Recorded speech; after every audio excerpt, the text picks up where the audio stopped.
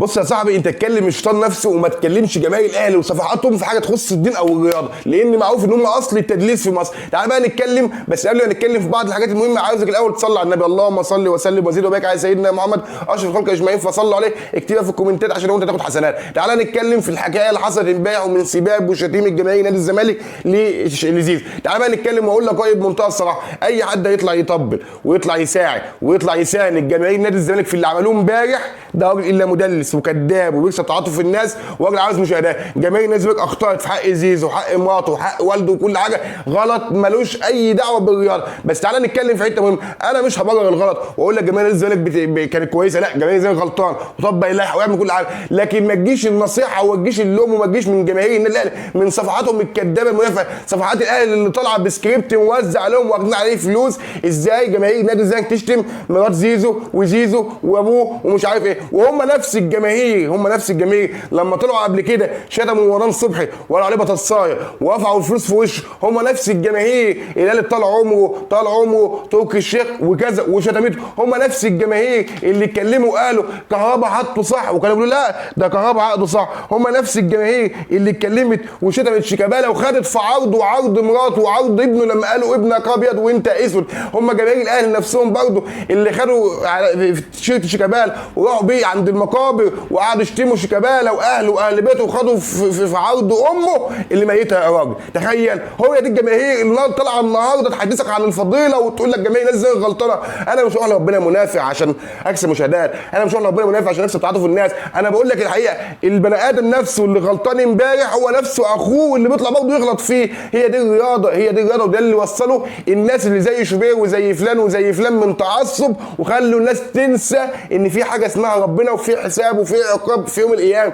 جماهير الاهلي والزمالك اللي بيشتموا بعض ويطلعوا في الدقيقه 20 والدقيقه 74 ويرفعوا الكشافات ويترحموا على الشهداء، دي مش رياضه، ده سببه التعصب اللي عمله الاعلام. جماهير الاهلي النهارده زعلانه من جماهير نادي الزمالك وهم اصل الشتيمه اصل التعصب في مصر.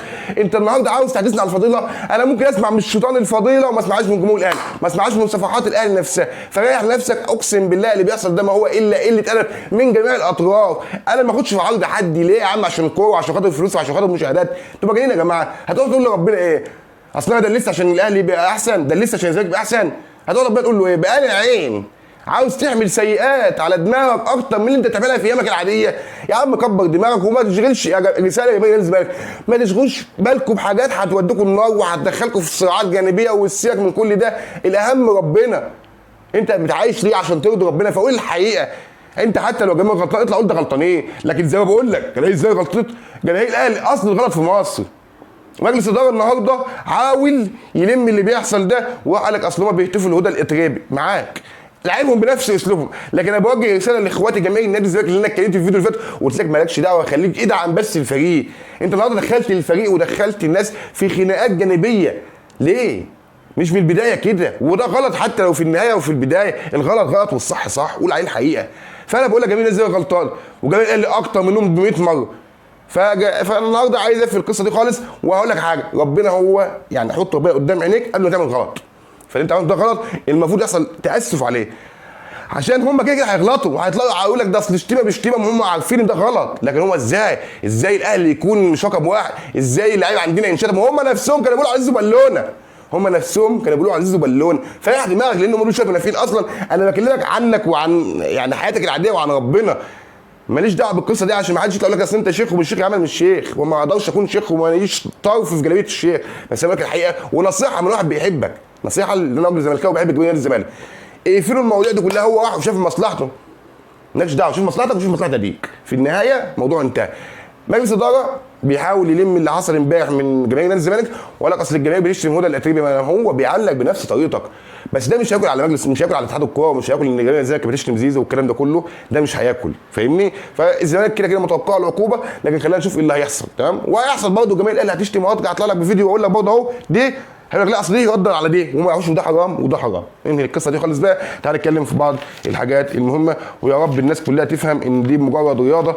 لكن اقول ايه، بس الفلوس دخلت في كل حاجه وخلت الناس تسيب المبادئ وتسيب ربنا وتسيب الحلال والحرام والصح والغلط، وتمسك ازاي في موضوع ان الواحد يكسب من وراه اي حاجه ويبقى شكله كويس بالغلط. الحمد لله امبارح قلت لك ان الزمالك كعب علا عن سيراميكا، الزمالك قدر يكسب فوز مهم جدا في بدايه ويثبت نفسه ويثبت جماهيره من اي الشكوك اللي تدخل في دماغ اي حد. امبارح هيطلع بعد الزمالكاوي قال لك ان الزمالك كان اداء وحش، وفعلا لانك انت برضه بتتفرج من الواقع كمشجع، لو بصيت وشفت هتلاقي سيراميكا من يعني قلت لك فرقه كويسه ودعامه بطريقه كويسه. سيراميكا النهارده كان بيلعب بخمسه في نص الملعب، الاجنحه كانت بتضم وكانت بتعمل عليك قفل عشان ما تقدرش تطلع بالكوره. الزمالك حاول على قدر المستطاع بسبب عدم تجانس اللعيبه، وقلت لك امبارح ما ينفعش ثم ما ينفعش ثم ما ينفعش تقيم اي حد لان غلط. جماهير النادي الزمالك بسم الله ما شاء الله من اول ربع ساعه شيكو بينزل لعيب سيء. يا عم حرام عليك، يا عم حرام عليك، واحد جايب الدوري البرتغالي ولسه ما اتاقلمش ولسه حكمت عليه بالفشل بقى له طريقه. يا راجل انت بقالك سنتين 2 ولا 3 ولا اكتر من 3 سنين بتلعب في سيف الدين الجزيري ومستوى شباب، ما جاش لاعب محترف ولا عشان البوستات ما دفعلهاش فلوس. الراجل لسه ما عرفش الدنيا ماشيه ازاي وما دفعش لصفحات فلوس. الناس طالعه النهارده في صفحات الزمالك تقول شيكو بينزا وحش. يا ابني انت قيمته منين؟ على اي ايه؟ اذا كان سيراميكا كان قافل اللعب اصلا، سيراميكا من النوع اللي كان قافل لك اللعب وكان بيحاول يضغط عليك، وعند لعيبه كويس زي احمد هاني وعمرو السوليه وعندك اسلام عيسى. على فكره سيراميكا لعيبه كويسه جدا، سيراميكا دي لو معاها محترفين اجانب اقسم بالله لا هتعمل اداء احسن من اداء الزمالك. دفاع سيراميكا ونص ملعبه وهجومه فرقه محترمه، لو عندها محترفين اجانب سوبر ستار هتعدي فرق قدام، فمالناش دعوه. الزمالك عمل قدر المستطاع، قدر يلعب بطريقه كويسه، قدر يكسب، وده اهم حاجه. انا بقول لك ان ناصر الماهر ده موهبه كويسه، لكن هي المشكله في العقليه. اعتقد ان ناصر الماهر ده هيكون من اهم الاوراق او الدينامو اللي هيحطه فيريرا في الايام الجايه. الناس طلعت، اهم حاجه ان انت جيت ناس بتفهم، الناس طلعت شيكو بينزا طلع زعلان، شيكو بينزا مش عارف ايه، عبد الناصر محمد او مدير الفني اعتقد هو اللي قال اي حد هيطلع مش هيبقى عاجبه طبعا انه طالع من الملعب، وراجل رد باسلوب كويس خالص. عبد الناصر محمد قال لك على العقوبات دي عقوبات سريه ما حدش يقدر يعملها. الحمد لله ان احنا بقى عندنا ناس بتعرف ترد في الوقت اللي المفروض فيه الرد وتسكت في الوقت اللي المفروض فيه السكوت. فالزمالك بادئ على الطريق الصحيح اولا اداريا، بعد كده في الملعب انت لسه عندك لعيبه ما انسجمتش، خلي بالك لسه الانسجام وغير يعني باين قوي قدامك في الملعب. محمد شحاته بعدها بيخلص الماتش وهدف عالمي اقل ما يقال انه عالمي. قلت لك امبارح انا مش عاوز اشوف دونجا، لكن دونجا اداؤه بدا يتحسن وبدا اول ماتش يبدا يبقى علامه في نص الملعب. مع ان لو محمد شحاته لعيب كويس جدا يقدر يشيل نادي الزمالك في نص الملعب، محمد شحاته هيبقى اما نحطه جنبه عبد الله السعيد. بالنسبه لي انا كمان انا اعتقد عبد الله السعيد البدني بتاعه قال، هل بقى لسه بدايه الموسم لسه راجل بيتدرج في المستوى، هل لسه مش عارف ايه، هيبان الفتره الجايه. لكن بالنسبه لي لو لعبت بجهاد او احمد ربيع وشحاته وقدامهم ناصر الماهر هتدي افضليه كبيره لنادي الزمالك. كل ده هنشوفوه لسه، احنا جايين لسه في اول يوم في اول ساعه في بدايه الموسم، خلي بالك احنا لسه بادئ جدا عشان نتكلم على تقييم اداء وتقييم لعيبه. لكن في حاجات واضحه جدا ان معالي ده هيبقى لعيب كويس، يعني بدايه مبشره. شيكو بينزا بدايه مبشره. راجل ادم كايد ده لعبته كويسه خالص، هيبان برضه الفتره الجايه. التقييمات صعبه لكن بنحاول نقول راينا كبدايات مبشره كده. لكن في المجمل الزمالك عمل مباراه معقوله. الاستحواذ طبعا كان لسيراميكا، لكن الزمالك خلق فرص اكتر من سيراميكا. اتحايلت عليك وقلت لك افسخ عقد سيف الدين الجزيري باي طريقه. سيف الدين الجزيري ما ينفعش حتى يكون لاعبا في صفوف نادي طنطا اللي هو كان موجود فيه. انا بقول لك سيف الدين الجزيري ده حظوظ اقسم بالله، وقلت لك انت ممكن تزعل مني في الكلام ده، وقلت لك ان المدرب ممكن يعتمد عليه لان سيف الدين الجزيري اي مدرب كان بيلعبه وده غلط. وقلت لك ان ناصر منسي مع احترامي ليه راجل بيحارب وبيقاتل على كل كوره، لكن ما ينفعش مهاجم نادي الزمالك. في اكتر من فيديو قلت لك ارجع وشوف، ناصر منسي كويس لكن مش لعيب بيبقى مهاجم نادي الزمالك، ينفع كبديل معقول راجل بيحاول وبيأدي على قد مستواه. لكن ان شاء الله لما يحصل انسجام في الصفقات وننزل عمرو الناصر واحمد شريف اعتقد اداء الزمالك هيبقى احسن من كده. عايز اوجه بس شابوه لعلي ماهر لان راجل بصراحه مدرب محترم يستحق كل منا الاحترام والتقدير. تعالوا نتكلم في صفقه الزمالك الاخيره.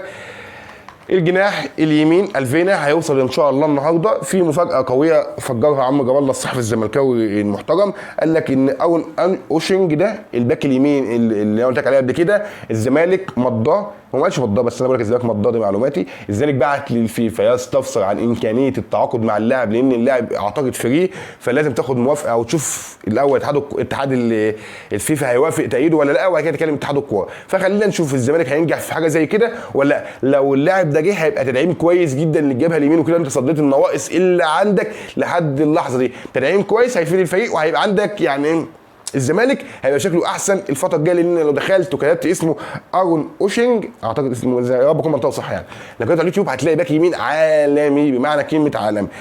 بص يا سيدي بقى، النهارده حصلت القرعه بتاعه دوري ابطال افريقيا ودوري ابطال الكونفدراليه، ماشي؟